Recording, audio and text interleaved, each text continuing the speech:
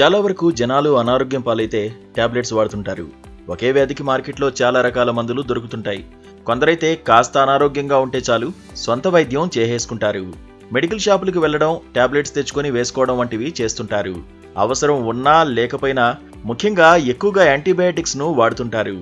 తాజాగా ఈ antibiotics వాడడంపై ICMR కీలక ప్రకటన చేసింది.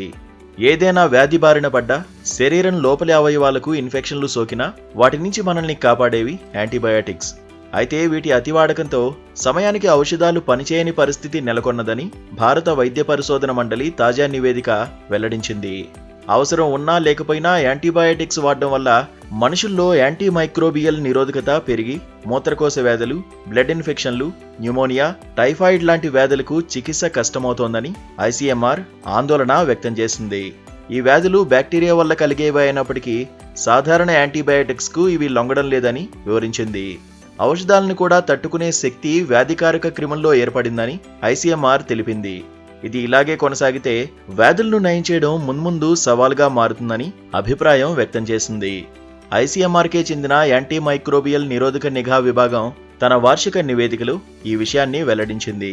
2023లో జనవరి 1 నుంచి డిసెంబర్ 31 మధ్యలో దేశవ్యాప్తంగా ప్రభుత్వ, ప్రైవేట్ ఆసుపత్రుల్లో 99,492 మందిపై అధ్యయనం నిర్వహించి నివేదికను రూపొందించారు.